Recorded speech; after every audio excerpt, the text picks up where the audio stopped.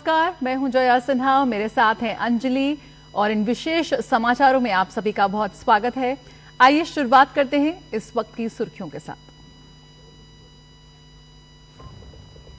प्रधानमंत्री नरेंद्र मोदी देहरादून में उत्तराखंड के गठन के रजत जयंती समारोह में हुए शामिल। 8,140 करोड़ रुपए से अधिक विकास परियोजनाओं की शुरुआत की। कहा, उत्तराखंड में दुनिया की आध्यात्मिक राजधानी बनने की क्षमता।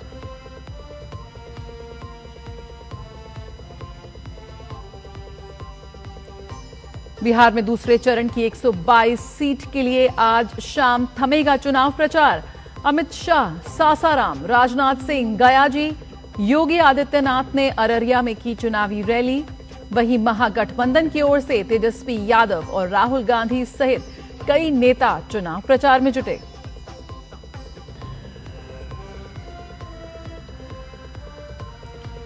राष्ट्रपति द्रौपदी मुर्मू को अंगोला में दिया गया गार्ड ऑफ ऑनर। राष्ट्रपति द्रौपदी मुर्मू की अंगोला के राष्ट्रपति जोआओ लोरेंको के साथ द्विपक्षीय वार्ता।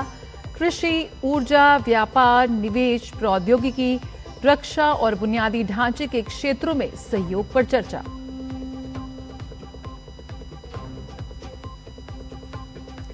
एसआईआर की घोषणा के बाद पश्चिम बंगाल में अवैध घुसपैठियों में खलबली। भाग रहे बांग्लादेश। राज्य के कई इलाकों से बड़ी मात्रा में हथियार और बम बरामद।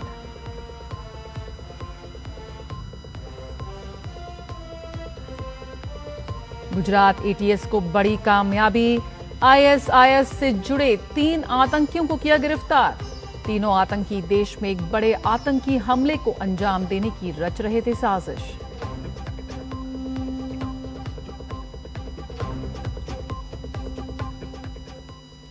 उत्तराखंड की स्थापना की 25वीं वर्षगांठ के अवसर पर आयोजित समारोह में प्रधानमंत्री नरेंद्र मोदी शामिल हुए। रजत जयंती समारोह देहरादून में आयोजित किया गया। इस अवसर को यादगार बनाने के लिए पीएम ने स्मारक डाक टिकट भी जारी किया। पीएम ने गौरवशाली अतीत, सशक्त वर्तमान, सुनहरा भविष्य कॉफी टेबल पुस्तक का विमोचन भी किया। प्रधानमंत्री ने स्थापना दिवस की शुभकामनाएं दी। उन्होंने राज्य के लिए संघर्ष करने वालों और बलिदान हुए लोगों को नमन किया। प्रधानमंत्री ने उत्तराखंड राज्य के विकास से संबंधित 8,140 करोड़ रुपए से अधिक की परियोजना का उद्घाटन और शिलान्यास किया। पीएम ने जिन परियोजनाओं का शिलान्यास किया उनमें सोंग बांध पेयजल परियोजना और नैनीताल में जमरानी बांध बहुउद्देशीय परियोजना शामिल हैं। ये परियोजनाएं राज्य में पेयजल, सिंचाई और बिजली उत्पादन में सहायक होंगी। इसके अलावा पीएम ने तकनीकी शिक्षा, ऊर्जा, शहरी विकास, खेल और कौशल विकास सहित कई प्रमुख क्षेत्रों से जुड़ी परियोजनाओं का भी शुभारंभ किया। प्रधानमंत्री ने बताया कि आज उत्तराखंड में पर्यटन, संस्कृति और स्थानीय उत्पादों को बढ़ावा देने की जरूरत है। पीएम नरेंद्र मोदी ने प्रधानमंत्री फसल बीमा योजना के अंतर्गत 28,000 से अधिक किसानों के बैंक खातों में 62 करोड़ रुपए की सहायता राशि जारी की। उन्होंने कहा, जब राज्य की स्थापना हुई थी उस वक्त बजट 4,000 करोड़ था और आज उत्तराखंड का बजट 1 लाख करोड़ रुपए है। ऐसे में राज्य को अगले 25 साल का लक्ष्य तय कर उत्कर्ष की ओर बढ़ना चाहिए। उत्तराखंड ने 25 वर्षों में विकास की एक लंबी यात्रा तय की है। अब सवाल यह है कि अगले 25 वर्षों में हम उत्तराखंड को किस ऊंचाई पर देखना चाहेंगे। आपने वो कहावत जरूर सुनी होगी, जहां चाह वहां राह। इसलिए जब हमें यह पता होगा हमारा लक्ष्य क्या है, तो वहां पहुंचने का रोड मैप भी उतनी ही तेजी से बनेगा। साथियों, उत्तराखंड का असली परिचय उसकी आध्यात्मिक शक्ति है। उत्तराखंड अगर ठान ले तो अगले कुछ ही वर्षों में खुद को spiritual capital of the world के रूप में स्थापित कर सकता है।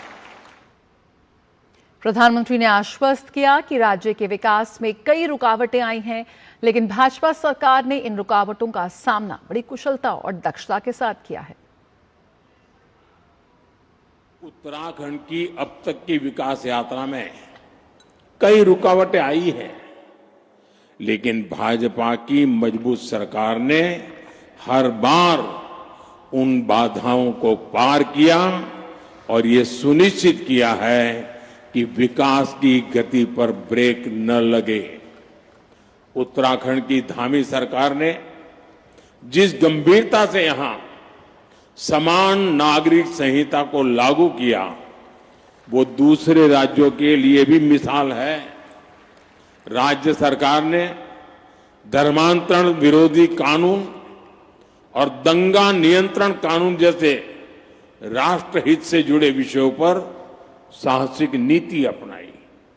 प्रदेश में तेजी से उभर रहे जमीन कब्जाने और डेमोग्राफी में बदलाव जैसे संवेदनशील मुद्दे पर भी भाजपा सरकार ठोस कार्रवाई कर रही है।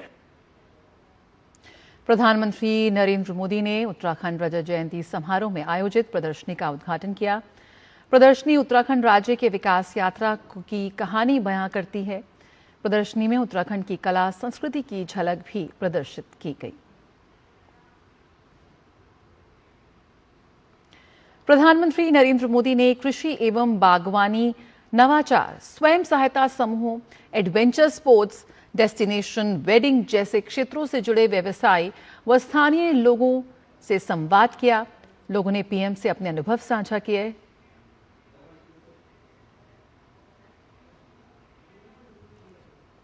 और राष्ट्रपति द्रौपदी मुर्मू इस वक्त अंगोला की यात्रा पर है। आइए सीधे चलते हैं। India, for its role and its considerable weight in the world, assumes crucial importance in the set of countries with whom we maintain cooperation and friendship relations. And in order to illustrate this fact, I recall the visit that I paid to your country in the month of May this year, in which we have prospected initiatives and future realizations that have broadened the expectation of implementing the activities that we have identified as fundamental in order to propel the development of economic cooperation between our countries. I could notice during my stay in New Delhi the numerous technical and technological solutions that your country possess, which are handy, functional, and adequate to our realities, which we think to use in order to attend and supply our needs in sectors such as agriculture, health, and industrial development of Angola.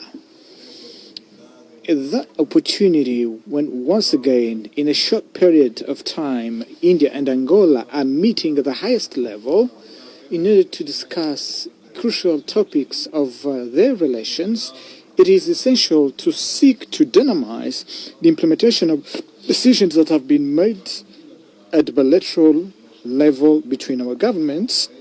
And for such, I understand that it would be recommendable to conduct as swiftly as possible the next session of the Joint Cooperation Commission. It's necessary that these meetings are regular in order to avoid that the implementation of the commitments that we make can be indefinitely postponed with the risk of creating passivity that is not compatible in any way with the immense potential of exchanges existing between our countries at all levels.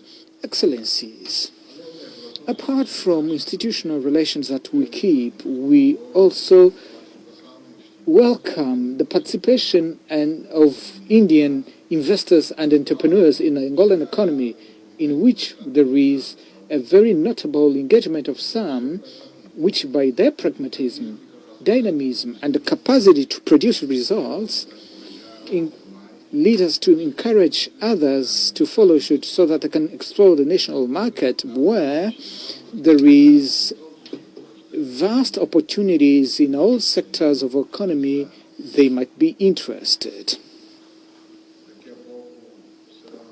Shortly, some legal instruments will be signed which will actually broaden the basis of our cooperation and contribute so that those line sectors can benefit from the capacities that our countries possess for the benefit of reciprocal development. Excellency, your country possesses solid knowledge in various fields of science, and in the current moments, Indian experts are on high demand everywhere on the world due to their recognized capacity and technical capabilities. That excellent performance of Indian professionals is a result of high quality of education, which obviously we want that may be accessible to more Angolan youngsters within an understanding that we would like to have India to increase as much as possible the scholarships, mainly for graduations and specializations in engineering and medical sciences.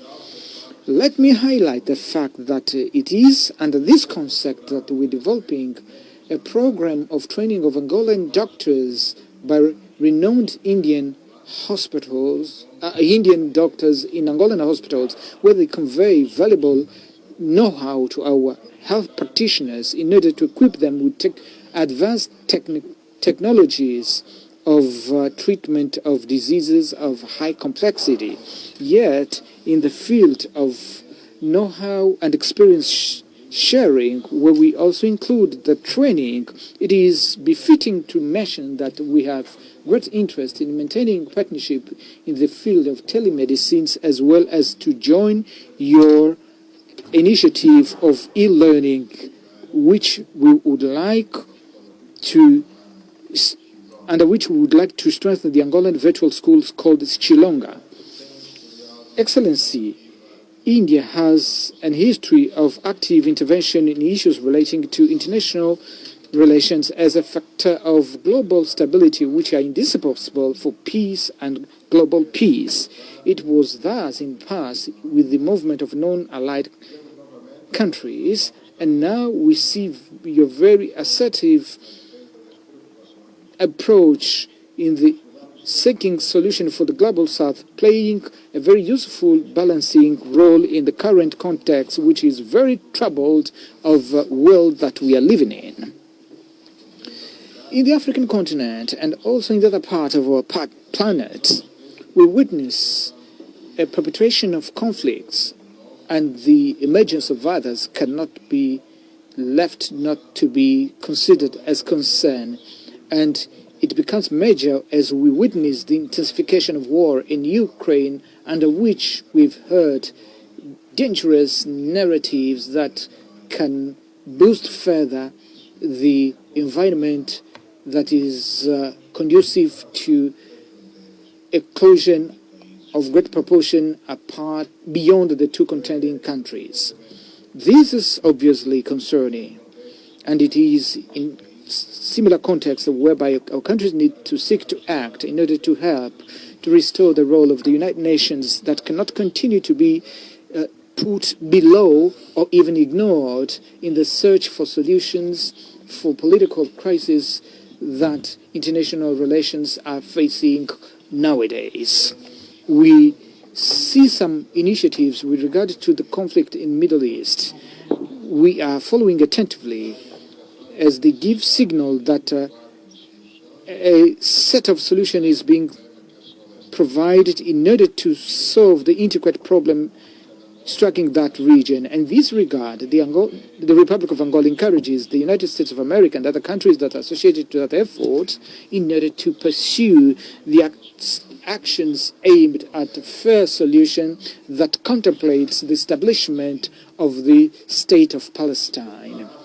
I spoke about Africa a little bit earlier, and on our continent we have a lot of concerns that range from the Sahel region going through to eastern DRC up to Sudan, where a perspective of a solution is being crafted that prevails there, with focused ceasefire between the warring party that was signed days ago, which we encourage lively, so that as from this event we can take steps towards a long-lasting peace. Once again, Madam President, you're welcome to Angola, and thank you very much for your attention.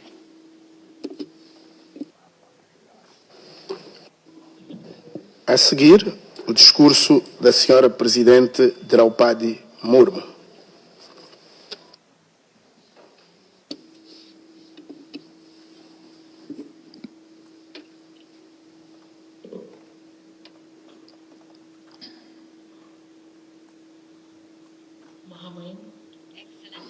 Excelência,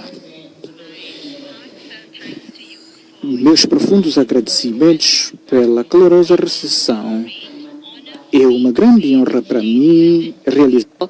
Beautiful country. I am delighted to be in Angola. I thank you for the invitation extended to me. आभारी हूँ। मेरे प्रतिनिधिमंडल में हमारे राज्य मंत्री Shri B समन्ना और संसद के दो माननीय सदस्य श्री पी वासवा और श्रीमती डी के अरुणा तथा अन्य वरिष्ठ अधिकारी सम्मिलित हैं। महामहिम, आपको और अंगोला को की जनता को अंगोला के 50वें राष्ट्रीय दिवस पर हार्दिक बधाई। ये अवसर अंगोला के नागरिकों के साहस, धैर्य और संकल्प का उत्सव मनाने का है। हम अंगोला की प्रगति और विकास की यात्रा की सराहना करते हैं। साथ ही मैं आपको इस वर्ष अफ्रीका संघ की अध्यक्षता संभालने के लिए भी बहुत बहुत बधाई देती हूँ। हमारी आज की बैठक आपके इस वर्ष मई में भारत की सफल राज्य की यात्रा के 6 माह बाद हो रही है। इस यात्रा के दौरान हमने अपने दोनों देशों के बीच व्यापार एवं निवेश साझेदारी को सुदृढ़ करने और ऊर्जा, कृषि, फूड प्रोसेसिंग तथा औषधि जैसे क्षेत्र में सहयोग को गहरा करने का निर्णय लिया था। अभी थोड़े ही देर पहले हुई हमारी वार्ता में हमने पुनः इस बात पर सहमति व्यक्त की है कि इन क्षेत्रों में द्विपक्षीय सहयोग को विस्तार देने की अपार संभावनाएं मौजूद है। मैं संक्षेप में कुछ ऐसे विशिष्ट क्षेत्रों का उल्लेख करना चाहूंगी जहां हमें अपने आपसी सहयोग की और मजबूत करने की आवश्यकता है। कल मुझे अंगोला के संसद सदस्यों का संबोधित करने का अवसर प्राप्त होगा। जैसे कि आप जानते हैं, भारत विश्व का सबसे बड़ा लोकतंत्र है। हमारी दोनों देश, दोनों संसदों और अन्य लोकतांत्रिक संस्थाओं को परस्पर एक्सचेंज के माध्यम से एक दूसरे के अनुभवों से सीखना चाहिए। भारत अपने संसदीय अनुभव और बेस्ट प्रैक्टिसेस साझा करने के लिए तत्पर है। महामहिम, भारत की एनर्जी सिक्योरिटी में अंगोला की भूमिका अत्यंत महत्वपूर्ण है। भारत अंगोला के ऑयल एंड गैस का एक प्रमुख बायर है। हमारी ऑयल एंड गैस कंपनियां अंगोला के साथ लॉन्ग टर्म परचेज कॉन्ट्रैक्ट में प्रवेश करने की इच्छुक है। साथ ही भारतीय ऑयल एंड गैस कंपनियां अंगोला में ऑनशोर और ऑफशोर अपस्ट्रीम प्रोजेक्ट्स में निवेश करने की भी इच्छुक है। भारत पेट्रोलियम रिफाइनिंग में अग्रणी देश में से एक है और हम अंगोला में विभिन्न रिफाइनरी प्रोजेक्ट्स में निवेश करने में रुचि रखते हैं। महामहिम, कृषि उत्पादन के लिए फर्टिलाइजर एक आवश्यक तत्व है। भारतीय कंपनियां अंगोला में यूरिया फर्टिलाइजर प्रोजेक्ट्स में निवेश करने में रुचि रखती है, जो न केवल स्थानीय डिमांड को पूरा कर सके बल्कि एक्सपोर्ट की संभावनाएं भी बढ़ाए। हमारे देशों को मिनरल रिसोर्सेज के क्षेत्रों में सहयोग को भी सशक्त करना चाहिए। अंगोला विश्व के प्रमुख डायमंड उत्पादक देशों में से एक है। वही भारत हीरा कटिंग एवं पॉलिशिंग उद्यम में अग्रणी है। हम उन क्षेत्रों में अपनी अपनी क्षमताओं का उपयोग परस्पर लाभ के लिए कर सकते हैं। भारतीय कंपनियां अंगोला में critical and rare earth minerals की एक्सप्लोरेशन में भी सक्षम है।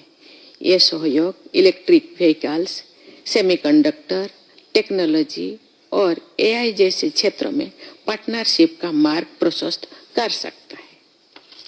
जैसा कि आपने अपनी भारत यात्रा के दौरान देखा होगा, हाल के वर्षों में भारत में डिजिटल पब्लिक इंफ्रास्ट्रक्चर के माध्यम से पब्लिक सर्विसेज में एक क्रांतिकारी परिवर्तन आया है। भारत ने फाइनेंशियल इंक्लूजन और ई कॉमर्स को भी नई ऊंचाइयां तक पहुंचाया है। हम इस क्षेत्र में अपने अनुभव अंगोला के साथ साझा करने के लिए तैयार है। रक्षा सहयोग भी हमारे संबंधों का एक महत्वपूर्ण क्षेत्र है। भारत आज विविध प्रकार के डिफेंस प्रोडक्ट्स का एक विश्वसनीय एक्सपोर्टर बन चुका है। हम अंगोला की रक्षा संबंधी आवश्यकताओं को पूरा करने के लिए तैयार है, जिसमें आपकी भारत यात्रा के दौरान घोषित डिफेंस लाइन ऑफ क्रेडिट का शीघ्र इम्प्लीमेंटेशन भी शामिल है। मुहिम भारत को फार्मेसी ऑफ वर्ल्ड कहा जाता है। हम अंगोला को दवाओं एवं वैक्सीन की आपूर्ति, अस्पतालों एवं चिकित्सा केंद्रों की स्थापना, टेलीमेडिसिन एवं consultation services, paramedical staff, capital building और ट्रेनिंग जैसे सेवाएं प्रदान करने के लिए तैयार है। कृषि भी हमारे दोनों देशों के लिए एक महत्वपूर्ण क्षेत्र है। भारत अंगोला की कृषि प्रोडक्टिविटी बढ़ाने में अपनी विशेषज्ञता और हाई क्वालिटी सीड्स की सप्लाई से सहायता कर सकता है।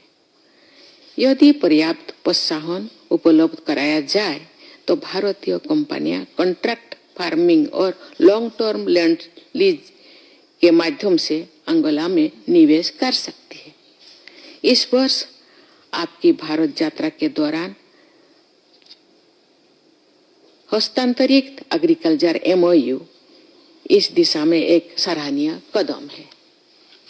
भारत अंगोला के इंफ्रास्ट्रक्चर निर्माण, विशेषकर सड़क और रेल नेटवर्क की विकास में भी सहयोग करने के लिए तैयार है। भारत हर वर्ष 12,000 किलोमीटर से अधिक सड़कों का निर्माण कर रहा है। हमारे पास जो अनुभव और विशेषज्ञता विकास हुई है, उससे हम अंगोला में भी कनेक्टिविटी एवं ट्रांसपोर्ट इंफ्रास्ट्रक्चर में योगदान दे सकते हैं।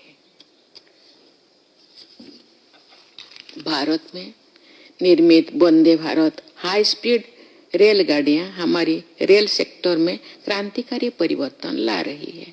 हम ऐसे रेलगाड़ियों की आपूर्ति अंगोला को भी कर सकते हैं। हमारे दोनों देशों की जनसंख्या में युवाओं का अनुपात अत्यधिक है। ये आवश्यक है कि हमारे युवाओं को भविष्य के लिए उपयुक्त स्किल्स प्राप्त हो। भारत के आईटेक कार्यक्रम के अंतर्गत हम विदेशी नागरिकों के लिए लघु अवधि के ट्रेनिंग एंड कैपेसिटी बिल्डिंग कार्यक्रम चलाते हैं। मैं आपके सरकार से आग्रह करती हूं कि इस कार्यक्रम का अधिकाधिक उपयोग अंगोला के नागरिकों के लाभ हेतु किया जाए। भारत का अफ्रीका के साथ एक विशिष्ट और ऐतिहासिक संबंध है। हम इंडिया अफ्रीका फोरम समिट के ढांचे के अंतर्गत सभी अफ्रीकी देशों विशेषकर अंगोला के साथ साझेदारी के प्रति प्रतिबद्ध है। हम आगामी IAFS समिट के आयोजन की प्रक्रिया में है और उसमें अंगोला की सहभागिता की आशा करते हैं। महामहिम भारत अफ्रीका में शांति, सुरक्षा और स्थिरता को बढ़ावा देने के आपके प्रयासों की सराहना करता है। भारत सदैव संवाद और संघर्षों के शांतिपूर्ण समाधान का पक्षधर रहा है।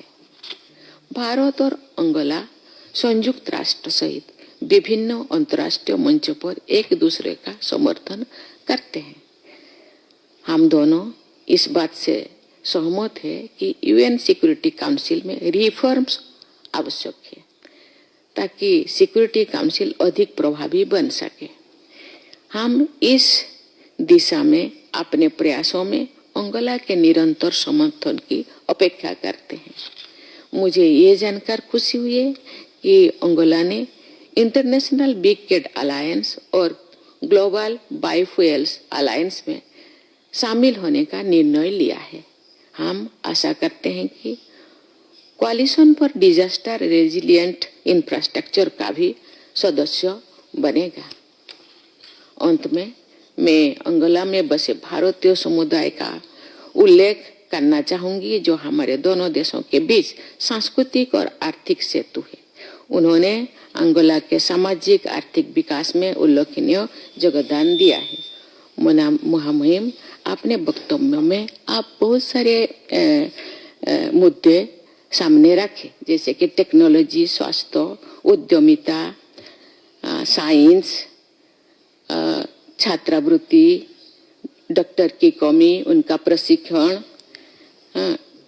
और टेलीमेडिसिन, ग्लोबल साउथ के मुद्दे, ये सब बहुत सारे मुद्दे हैं जिस मुद्दे को दोनों देश मिलकर बातचीत करके उसको आगे बढ़ा सकता है और साझेदारी को हम मजबूत कर सकते हैं और विकास के गति को आगे बढ़ा सकते हैं। महामहिम, अंत में मैं ये पुनः दोहराना चाहूंगी कि भारत अंगोला के साथ अपने संबंधों को अत्यधिक महत्व देता है। मैं आपको आश्वस्त करती हूँ कि भारत अंगोला के साथ सभी क्षेत्रों में सहयोग जारी रखने के लिए पूर्णतः प्रतिबद्ध है। मुझे विश्वास है कि आपके नेतृत्व में हम अपने द्विपक्षीय संबंधों को नई ऊंचाई तक ले जाने के लिए सफल होंगे। एक बार फिर मुझे और मेरे प्रतिनिधि मंडल को दिए गए स्वागत और आतिथ्य के लिए हृदय से धन्यवाद देती हूँ। धन्यवाद।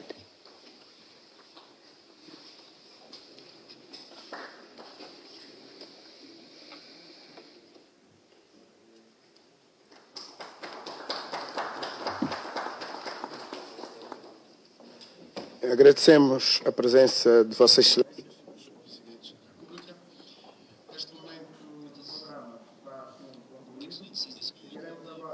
एक्सेलेंसीज, अब ये कार्यक्रम समाप्त होता है और अब हम दूसरे कक्ष में जाएंगे। तो आप देख रहे थे इस वक्त ये सी तस्वीरें अंगोला से। राष्ट्रपति द्रौपदी मुर्मू की अंगोला के राष्ट्रपति जोआओ लोरेंको के साथ द्विपक्षीय वार्ता हुई, जिसमें कृषि, ऊर्जा, व्यापार, निवेश, प्रौद्योगिकी, रक्षा और बुनियादी ढांचे के क्षेत्रों में सहयोग पर चर्चा हुई। राष्ट्रपति मुर्मू ने अपने अंगोलियाई समकक्ष जोआओ लोरेंको के निमंत्रण के लिए उन्हें आभार व्यक्त किया और साथ ही कहा कि दोनों देशों को एक दूसरे के अनुभवों से सीखना चाहिए। यकीनन ये ऐतिहासिक यात्रा अफ्रीका और वैश्विक दक्षिण के साथ संबंधों को मजबूत करने की भारत की प्रतिबद्धता को दर्शाती है। मुझे और अंजलि को दीजिए इजाजत। इन विशेष समाचारों में इतना ही। नमस्कार।